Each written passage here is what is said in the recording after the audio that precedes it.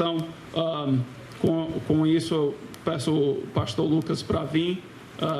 É nosso prazer ter ele aqui com a gente. E eu vou ter eu vou traduzir só a primeira parte. Aí depois ele tem praticado o português e vai fazer a pregação em português.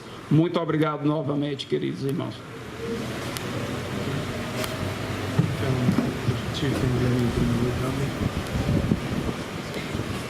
Tem duas coisas que vocês precisam saber sobre mim.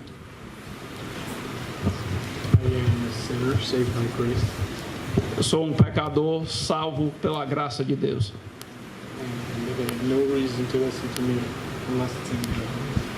E não há nenhuma razão para que vocês escutam o que ele vai dizer, a não ser se seja baseado na palavra de Deus. Só isso, vou orar. Heavenly Father, we thank you for the opportunity to be here. I pray that you teach us from your word.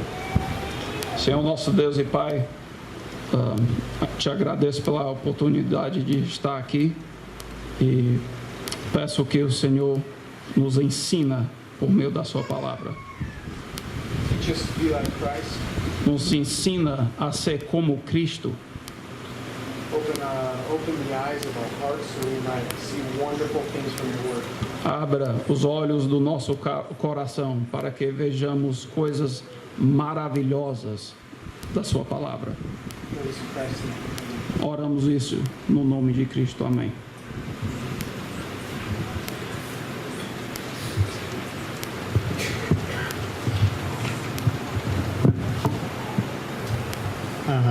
É um prazer estar aqui e honra.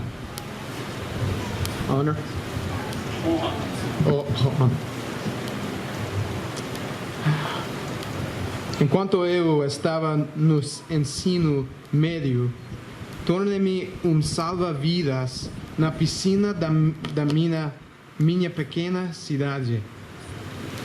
Para se tornar um salva-vidas, eu tive que passar por cerca de 3 semanas de treinamento intenso para todas as situações que eu poderia enfrentar como um salva-vidas.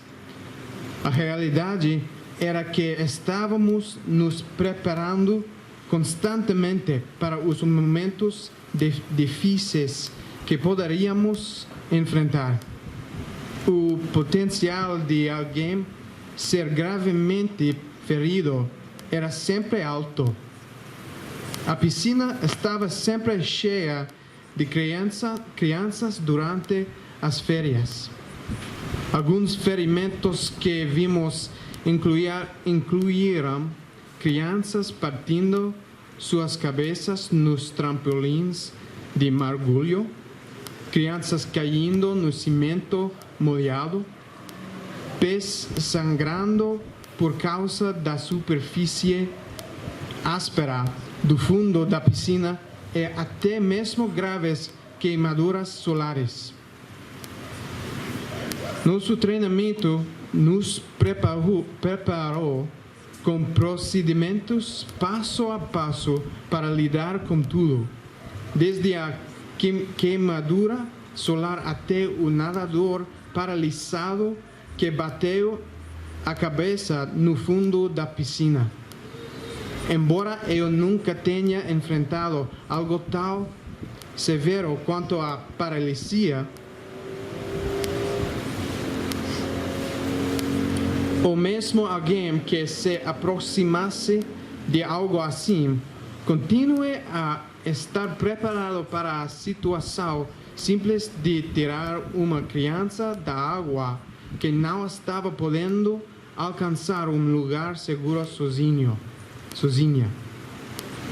Eu assisti muitas vezes quando meus colegas de trabalho pularam de suas torres de vigia e resgataram uma criança que tinha entrado na água muito profunda.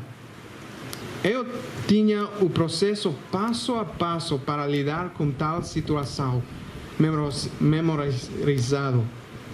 Naquele momento, era para eu apitar o meu apito 3 vezes, para que os outros guardas soubessem que eu estava prestes a entrar na água. Eu deveria pular da minha torre para um lugar livre na piscina e me aproximar do nadador aflito o mais rápido possível. Quando chegasse ao nadador, eu deveria usar o meu instrumento de flutuação para resgatá-lo, mantendo-me um pouco afastado dele, se possível, a fim de evitar ser usado como um instrumento de flutuação. E assim, nós dois indo debaixo d'água. Finalmente, era para eu trazê-lo para a beirada mais próxima da piscina e ajudá-lo a sair da água. Em algumas ocasiões, tive a oportunidade de colocar esses passos em prática, sempre como uma criança pequena que superestimou sua altura. Quando essas situações surgiram no meu tempo como salva-vidas, certos hábitos já tinham sido estabelecidos, passos em minha mente praticados repetidas vezes, que me guiariam através desses momentos tensos. A vida muitas vezes traz provas e sofrimentos que são muito piores do que um rápido momento de perigo. Podem ser dificuldades persistentes, lutas familiares, tentações diárias e sofrimento físico que não tem fim à vista. Precisamos de orientação sobre como devemos navegar nessas dificuldades, tanto as pequenas quanto as grandes. Na verdade, precisamos de passos para nos guiar quando a vida trouxer uma tempestade aos nossos caminhos. Na verdade, são as ações e as palavras de nosso Salvador no meio de algumas das suas horas mais difíceis que se tornam uma lição para nós hoje. O que ele faz e o que ele diz revelam a perfeição e a glória de seu caráter e fé. Mas nós recebemos muito mais do que isso quando lemos sobre o seu sofrimento. Pedro nos diz em sua primeira carta que, porquanto para isto mesmo fostes chamados, pois que também Cristo sofreu em vosso lugar, deixando-vos exemplo para seguirdes os seus passos. Sofrimento, provações e dificuldades são a herança terrena do crente. Nós somos prometidos a ter tudo isso, mas temos um padrão de passos para seguir enquanto passamos por eles. E encontramos esse padrão quando observamos Jesus em seus momentos mais difíceis. Eu quero lhes dar 2 passos ao longo desse caminho. 2 pegadas que você pode ter certeza que são os passos certos a seguir quando as provações e dificuldades vieram.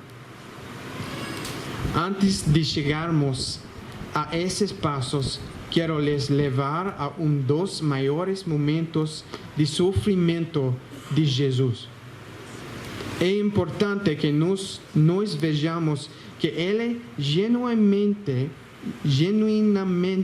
sofreu de maneiras com as quais podemos nos relacionar. De fato, ele sofreu até nível que nunca chegaremos a sofrer por causa das coisas que ele realmente suportou por nós na cruz. A vida do nosso Salvador foi muito cheia de tristeza. Ele, sendo perfeito, suportou viver em mundo cheio de pecado, inclusive com outras pessoas pecando regularmente contra ele. Vindo do trono do céu para viver entre homens pecadores, foi uma experiência que certamente lhe trouxe grande tristeza.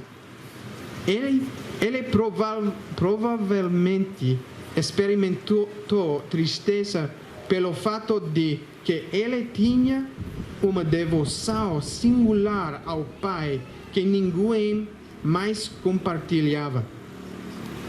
Ele viveu uma vida fiel e sem pecado, enquanto estava completamente cercado pelos efeitos do pecado em todos os momentos. Essas realidades, por conta própria, teriam sido suficientes para causar tristeza em sua vida.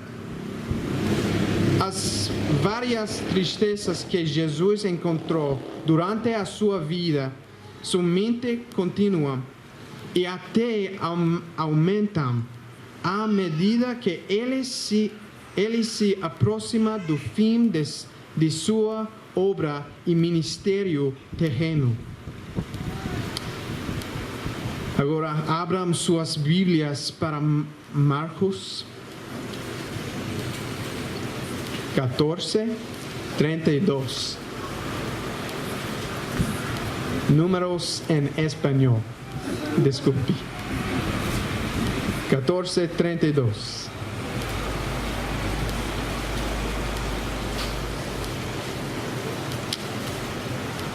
Nesta passagem, Jesus está antecipando todas as seguintes coisas: traição, abandono por seus discípulos, escárnio, açoites, espancamentos, vergonha, crucificação e morte. A expectativa de todas essas coisas seria suficiente para quebrar qualquer homem. Apenas essa quantidade de sofrimento seria suficiente para a descrição de homem de dores. Descrição de homem de dores. No entanto, olhando além de todos esses sofrimentos que ocorrerão nas próximas 9 horas de sua vida, ainda há maior sofrimento para antecipar, maior tristeza para o homem de dores. Enquanto estiver pendurado na cruz, Jesus, de algum modo, talvez além de nosso entendimento, se tornará pecado por nós. Ele sofrerá a ira de Deus em toda a sua plenitude violenta. Ele beberá o cálice da ira de Deus até o fundo do copo. Ele levará sobre si os pecados do mundo e sofrerá, embora seja um homem perfeitamente justo. Junto com isso, ele experimentará um senso de separação de Deus, seu Pai, levando-o a proclamar: meu Deus, por que me abandonaste? Estas experiências na cruz são literalmente um inferno vivo para ele. Ele suporta a perda de tudo que é bom, tudo a alegria, esperança, bondade e compaixão do Pai, a fim de se submeter ao pleno derramamento da cólera e ira de Deus para com um pecado. Jesus sabe que tudo isso está chegando. Ele está perfeitamente consciente do que está lhe aguardando. É por isso que o jardim é frequentemente chamado de a última tentação de Jesus.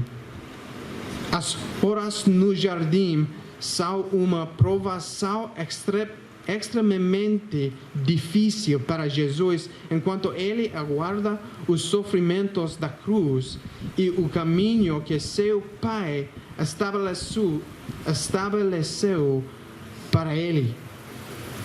De fato, Jesus descreve esses momentos como a hora do poder das trevas, em Lucas 22. Esta declaração revela a autoridade momentânea que Satanás teria para trazer o seu teste mais severo contra Jesus. Mas os ataques de Satanás eram pequenos em comparação com tudo mais que Cristo enfrentaria.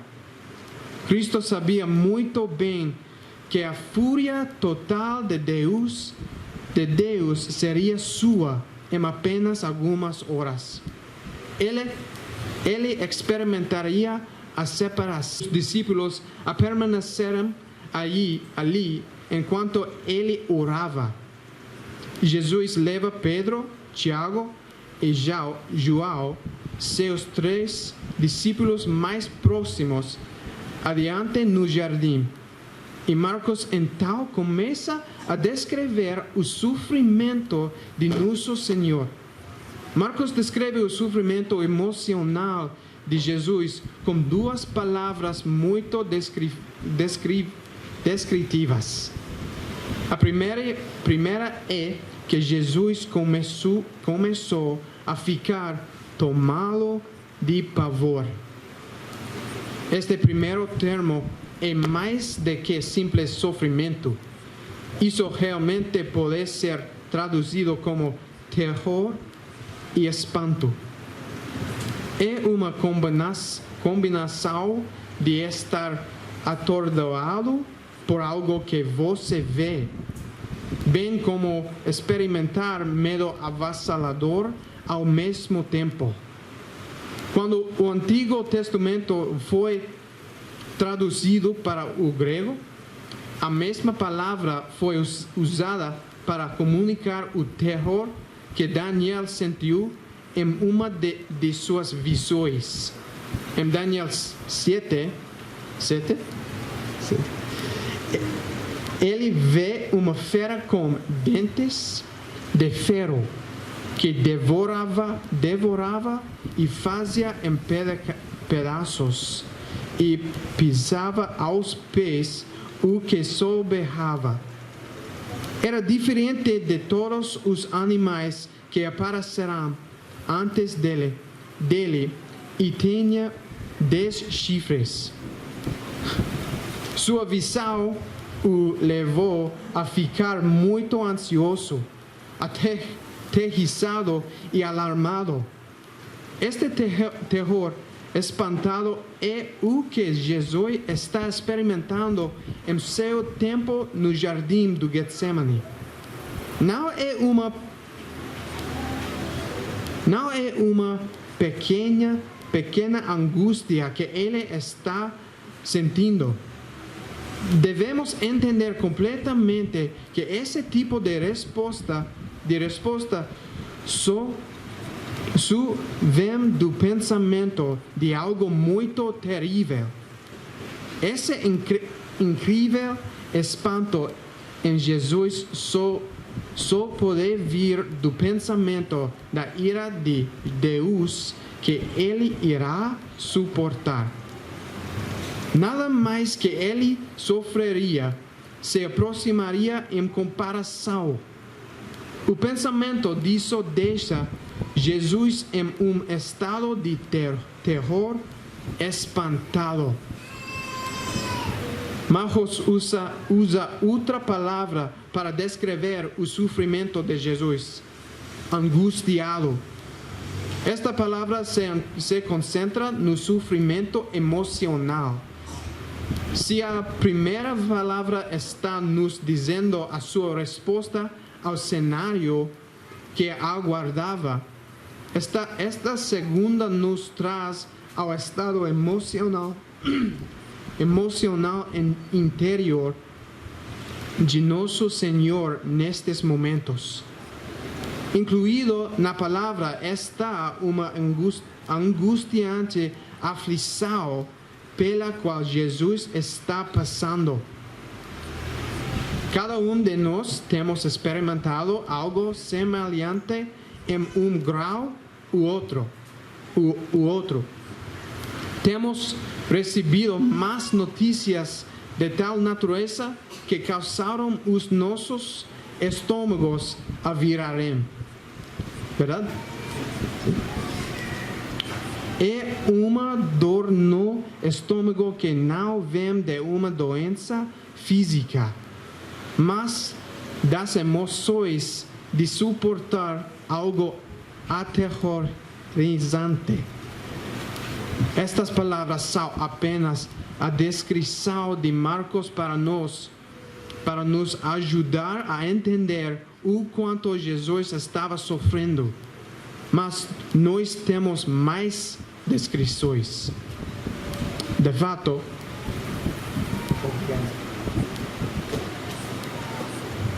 fato, no verso seguinte, Jesus descreve seu próprio estado em palavras que demonstram a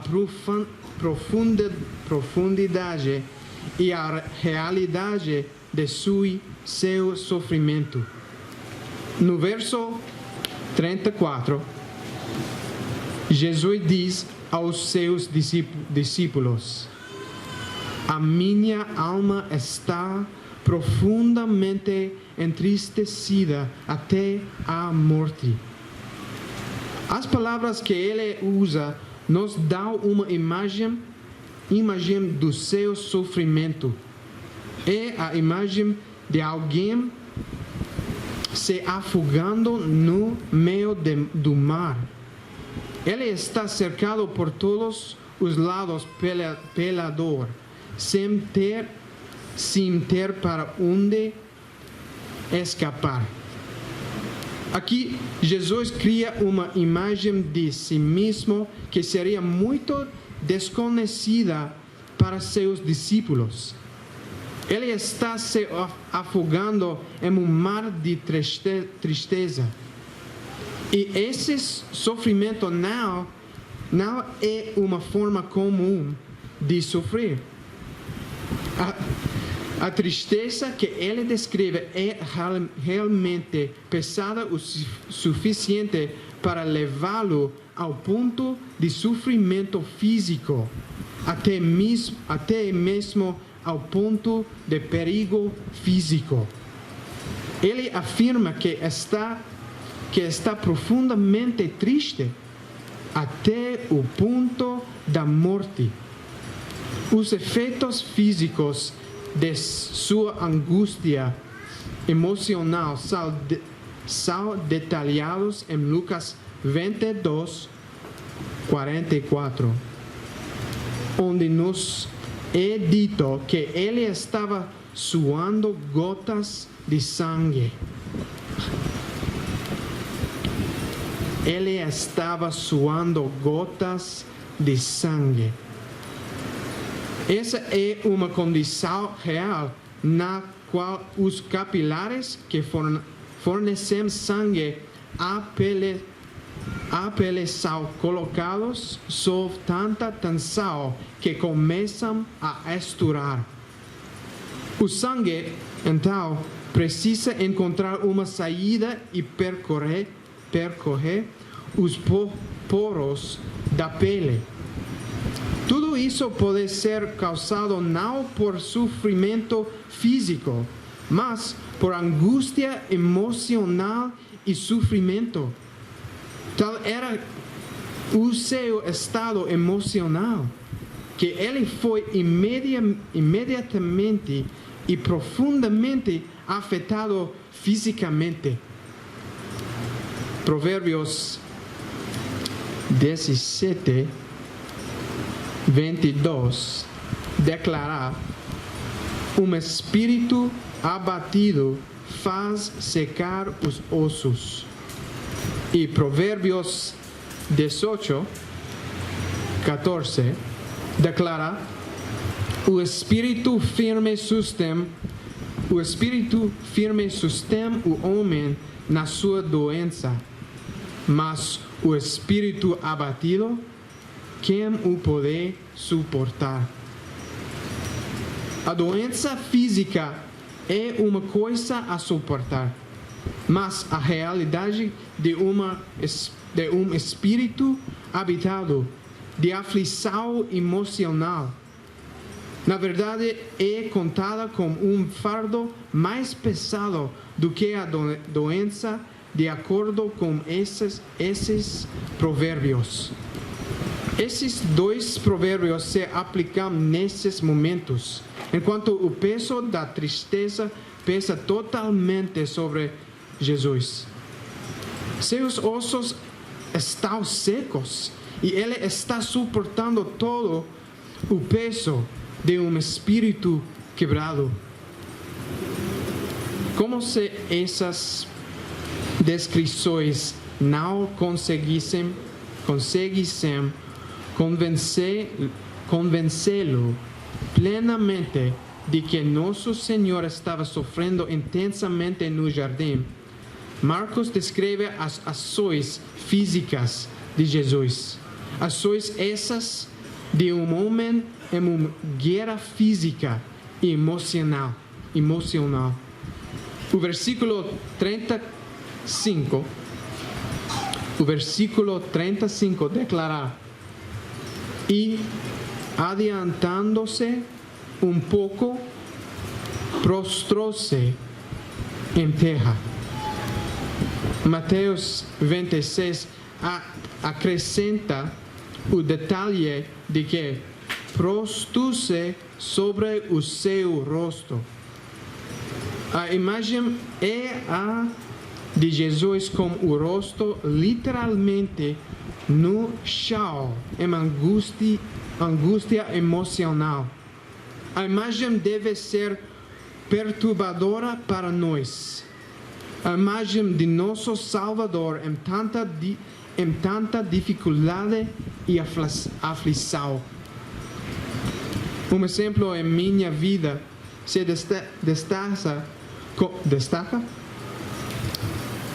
destaca como um momento em que experimentei algo próximo a esse nível de aflição.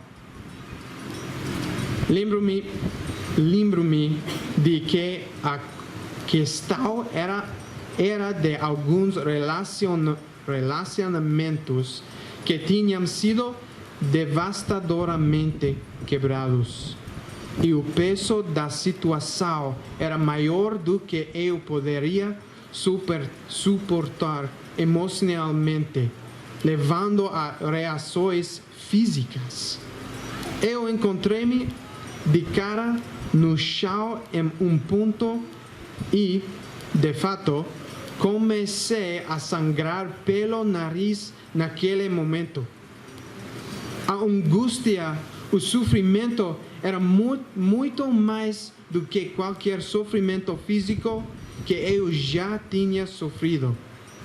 E parecia até mesmo prejudicar mais o meu corpo do que qualquer sofrimento físico que eu tenha experimentado. Isto é o que Jesus de fato está suportando, e num grau muito maior do que eu experimentei. Mas a ênfase em seu sofrimento continua em Marcos. Com o rosto virado para o chão, gotas de sangue passando por sua pele. Jesus então ora a oração de homem em aflição avassaladora. O verso 35 descreve o conteúdo da oração. Para que, se possível, lhe fosse poupada aquela hora. Mas o versículo 36 nos dá suas próprias palavras. Sua angústia é tão grande que ele apela a Deus de duas maneiras diferentes. Primeiro, ele chama pelo Pai como uma criança sofrida. Ele diz: Abba, Pai. Você está ciente que a palavra que Jesus escolhe usar é o equivalente a papai? Há muitas palavras para descrever a relação de pai para filho, mas se concentra no cuidado que o pai tem com seu filho. Do ponto de vista da criança, é um nome que atrai essa ternura. Às vezes, na minha casa, uso o choro de dos meus 5 filhos. Na maioria das vezes, é dos mais novos chorando.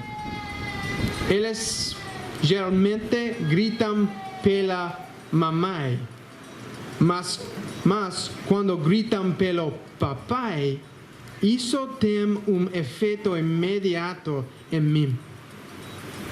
A própria palavra que usam chama a atenção para a natureza do relacionamento.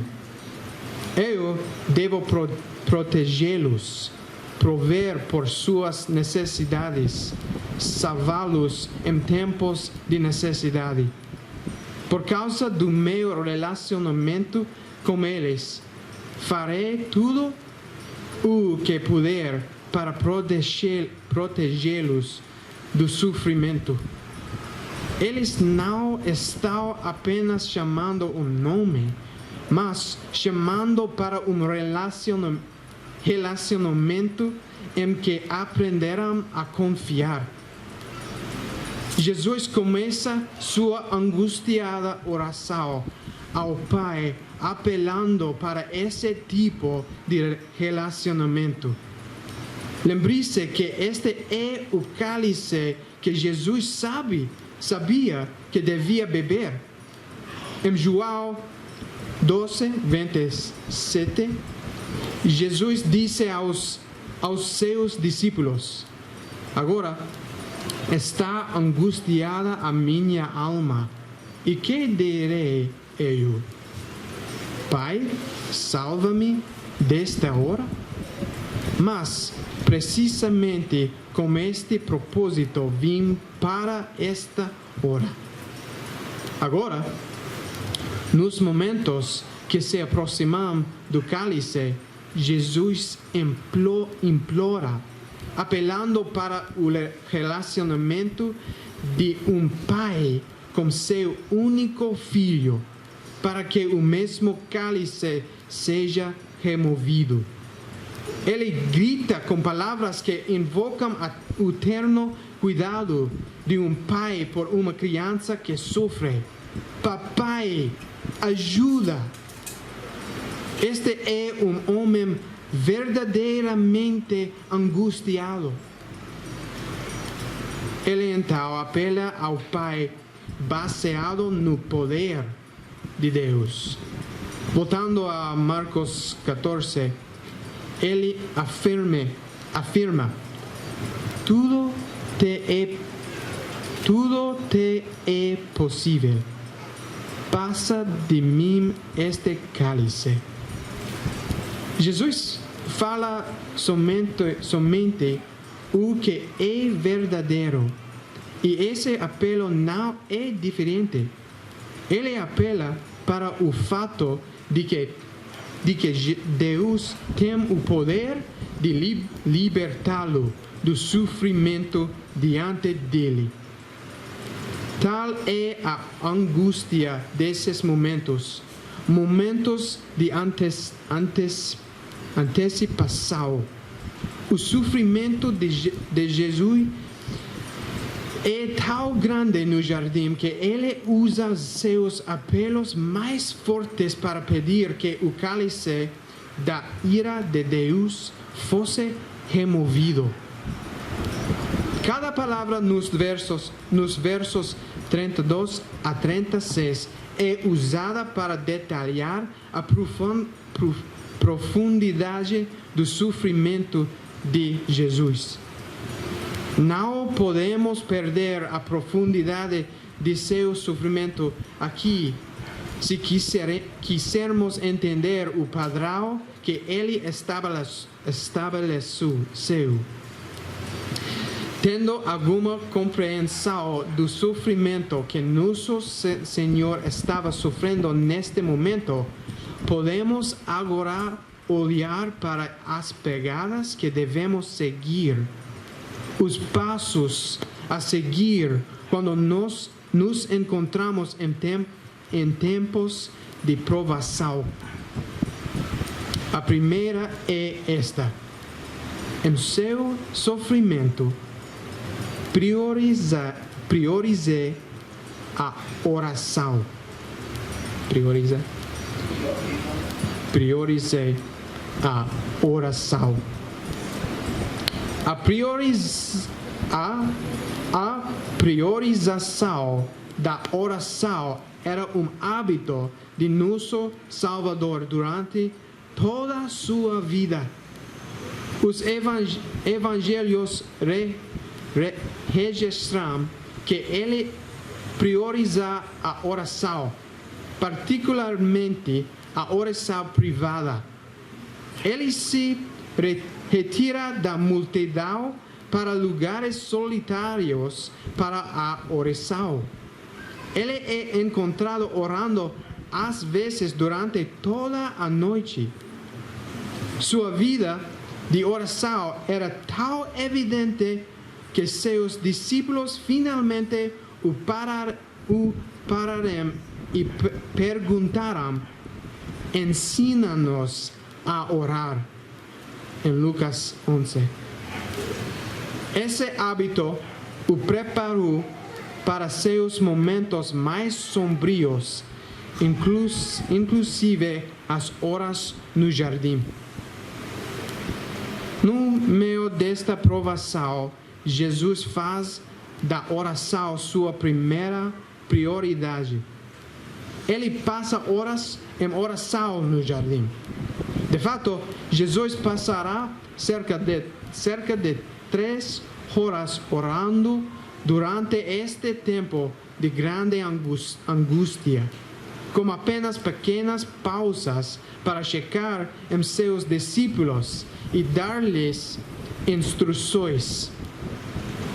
1 Pedro 2, declara que ele se entregou àquele que julga retamente.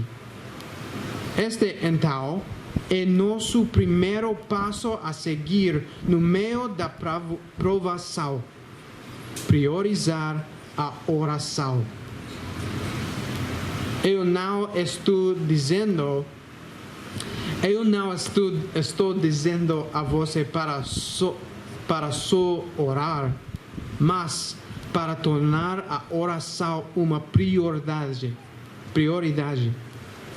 Planeja orar, assim como Jesus fez. Jesus planejou ter estas horas sozinho no jardim através de suas ações. Ele havia dispensado Judas durante a última ceia e deixado aquele lugar, sabendo que levaria Judas tempo para reunir a liderança judaica e então encontrar sua localização. Ele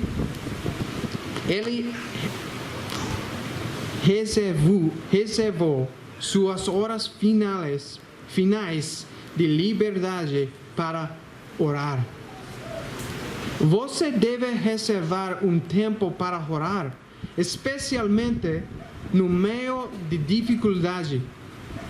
Planeje esse tempo, proteja esse tempo e use-o com sabedoria. Em suas provações, ore o que Jesus orou.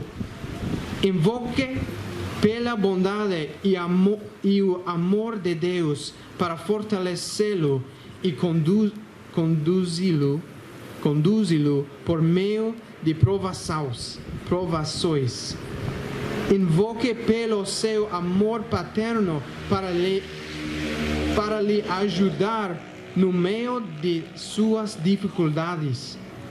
Nunca é um erro orar as mesmas orações que o nosso Salvador.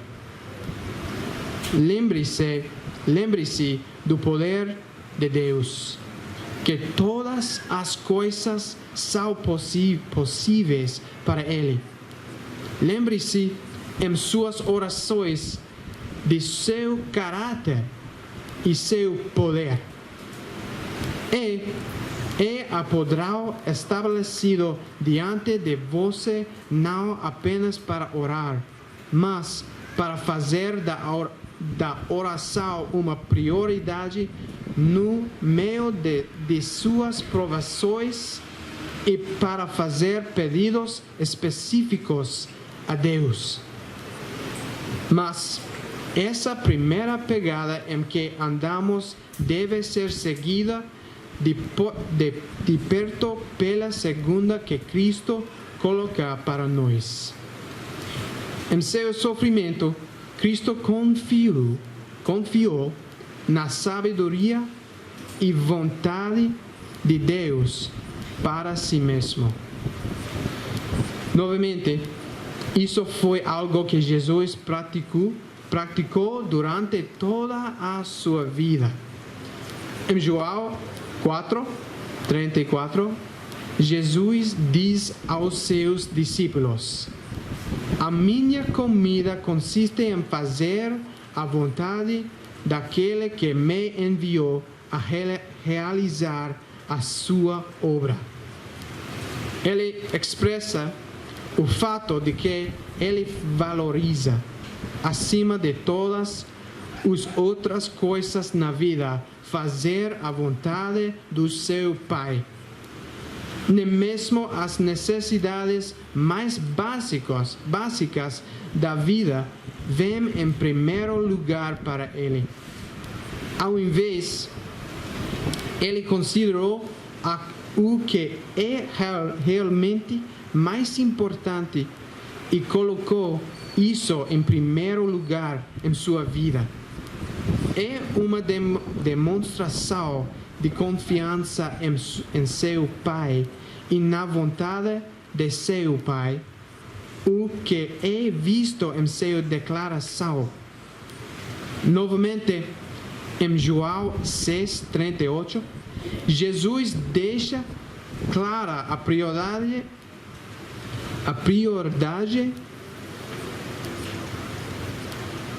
da vontade de Deus em sua vida. Ele diz: porque eu desci do céu, não para fazer a minha própria vontade, e sim a vontade daquele que me enviou. Essa era a regra de sua vida. Devemos lembrar que as coisas que praticamos, os hábitos que construímos, nos sustentam ou nos prejudicam em nossos momentos mais difíceis. Jesus construiu o hábito disciplinado de considerar a vontade de Deus como o melhor e mais correto para a sua própria vida. Esta é uma expressão de total confiança em Deus. E esse hábito estava lá para ajudá-lo em dos momentos mais difíceis. De fato, Jesus já havia experimentado o custo de confiar na vontade de Deus. Ele depositou sua confiança no Pai quando deixou a glória do céu para se envolver com a humanidade. Ele tinha uma clara sensação de perda nessa ação, porque Jesus orou em João 17: e agora glorifica-me, o Pai, contigo mesmo, com a glória que eu tive junto de ti, antes que houvesse mundo. Ele tinha visto o grande custo em seguir a vontade de Deus, confiando nele completamente, mas também sabia o que havia para ser ganho nisso. Filipenses 2 descreve algumas dessas coisas. Glória como Pai, o nome acima de todos os nomes, e talvez mais significativamente o prazer de seu Pai. Ele sabia de primeira mão que, ao confiar em Deus, havia tesouros para tudo o sempre. Ele desprezou a vergonha da cruz para ganhar a glória que já conhecerá antes do mundo existir. Ele suportou tudo, confiando no caráter e na sabedoria do Deus em quem confiará durante sua vida. Isto é o que ele expressa no verso 36, quando termina a sua oração desta maneira: contudo, não seja o que eu quero, e sim o que tu queres. Eu não acredito que devemos ler estas palavras como se fossem um gemido de um homem resignado ao seu destino. Estas são as palavras de um homem firmemente convencido de que a vontade de Deus para a sua vida é melhor do que qualquer plano ou decisão que ele pudesse estabelecer para si mesmo. Estas são palavras de confiança assegurada. Tem sido a prática da vida de Jesus deixar de lado sua própria vontade e considerar o caráter e o amor de Deus para si mesmo e confiar na vontade de Deus com todo o seu coração. Essa disciplina, a disciplina de confiar em Deus, sustenta-o na tentação sombria e pesada que vem sobre ele no jardim. A tentação de escolher qualquer caminho além do de Deus, para escolher sua própria vontade sobre a do Pai. Este deve ser o nosso segundo passo no meio de qualquer provação que apareça em nosso caminho. Certamente devemos nos voltar para Deus em oração, estender nossa mão a Ele e pedir por sua ajuda na situação. Mas devemos, como Jesus fez, lembrar a nós mesmos que o mesmo Deus que buscamos para obter ajuda, baseado em seu amor por nós, é também o Deus onisciente, cujos planos para nós são melhores do que qualquer coisa que pudéssemos criar. Isso inclui os tempos de dificuldades e provações. Isso inclui tanto as cargas leves como as pesadas de sofrimento. Isso inclui os tempos de escuridão e os tempos de incerteza na vida. Na verdade, isso inclui o chamado para potencialmente perder tudo no processo de confiar em Deus. Apenas um momento depois, na passagem de Marcos, Pedro encontra-se dormindo. Embora Jesus tenha lhe dado a ordem de ficar e vigiar. Jesus então instruirá seus discípulos a orarem, para que não entres em tentação. Jesus sabe que eles estão prestes a ser tentados a abandoná-lo e que Pedro será tentado a negá-lo. Suas palavras de encorajamento para eles são de estar em oração e estar atento. Quando a tentação deles se aproxima, Jesus tem apenas o padrão de oração e confiança em Deus para oferecê-los.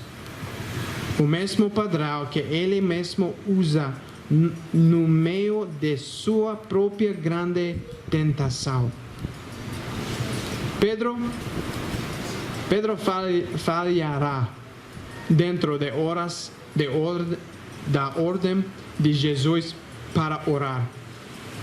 Ele negará o Senhor depois de ser tentado, mas o Senhor o restaurará e fortalecerá no processo. Pedro escreve em 1 Pedro 5, versos 6 a 11: Humilhai-vos, portanto, sob a poderosa mão de Deus, para que Ele, em tempo oportuno, vos exalte, lançando sobre Ele toda a vossa ansiedade, porque Ele tem cuidado de vós. Sede sobrios e vigilantes. O diabo, vosso adversário, anda em derredor como leão que ruge, procurando alguém para devorar. Resiste-lhe firmes na fé,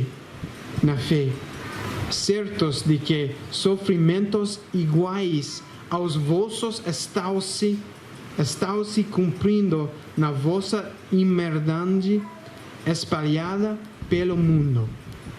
Ora, o Deus de toda a graça, que em Cristo vos chamou à sua eterna glória, depois de terdes sofrido por um pouco, Ele mesmo vos há de aperfeiçoar, firmar, fortificar e fundamentar.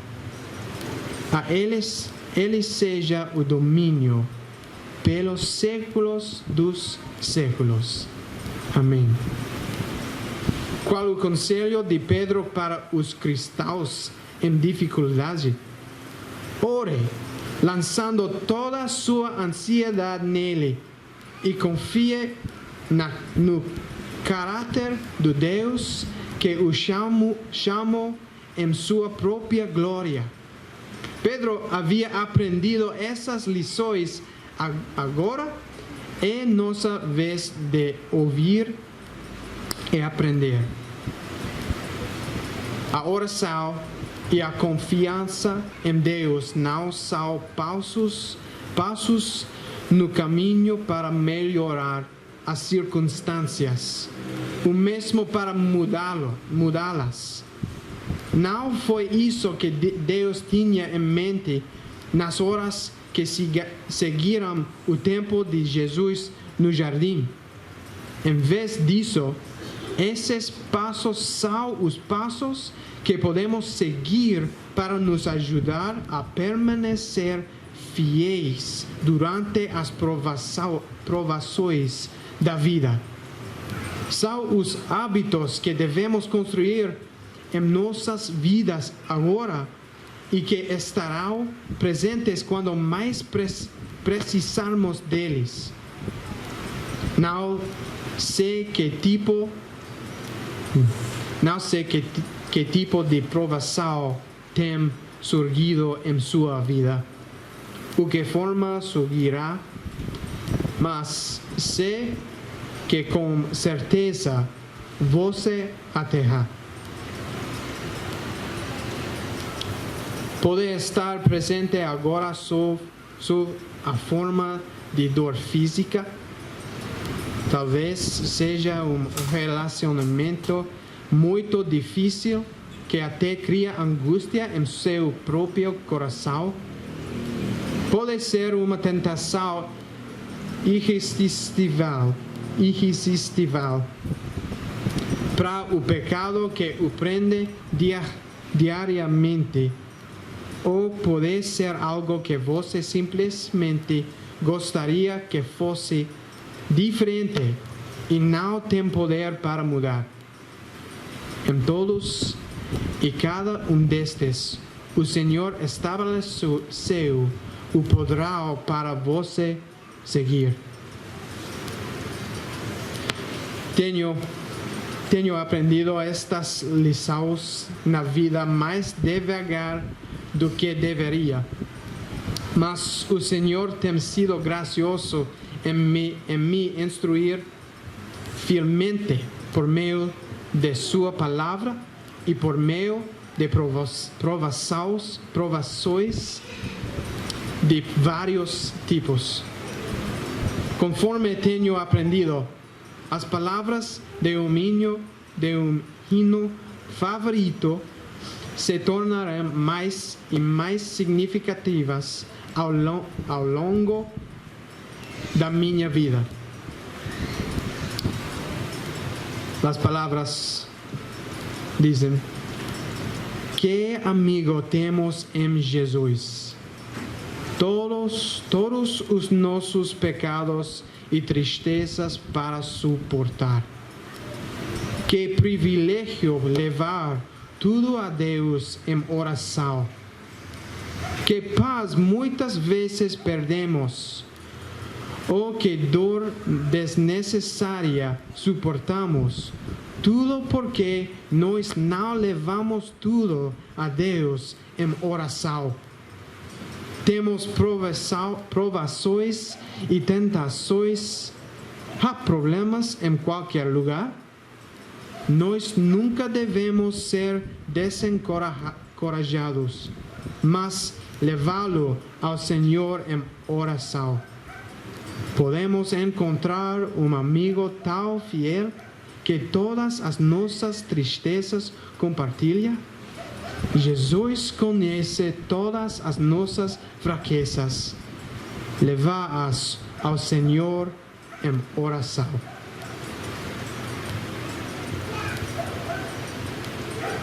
Vamos orar.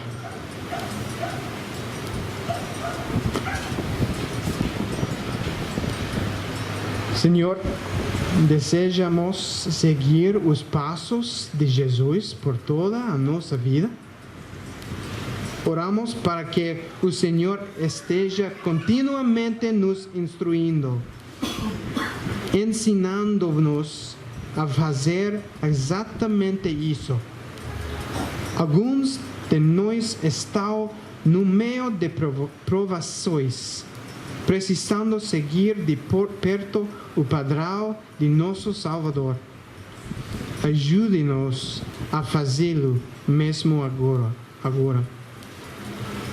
Outros de nós têm a certeza de uma vindoura provação que o Senhor tem para nós e desejamos encará-la fielmente.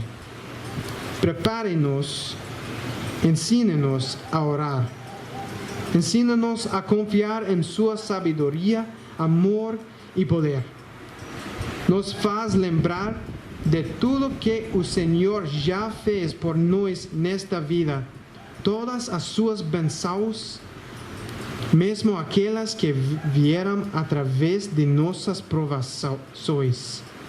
Ajude-nos a ter por motivo de alegria ao nos depararmos com várias provações e a segui-lo completamente. Obrigado por seu Filho, por sua palavra e por seu amor por nós. Nós oramos estas coisas em nome de Jesus. Amém. Amém.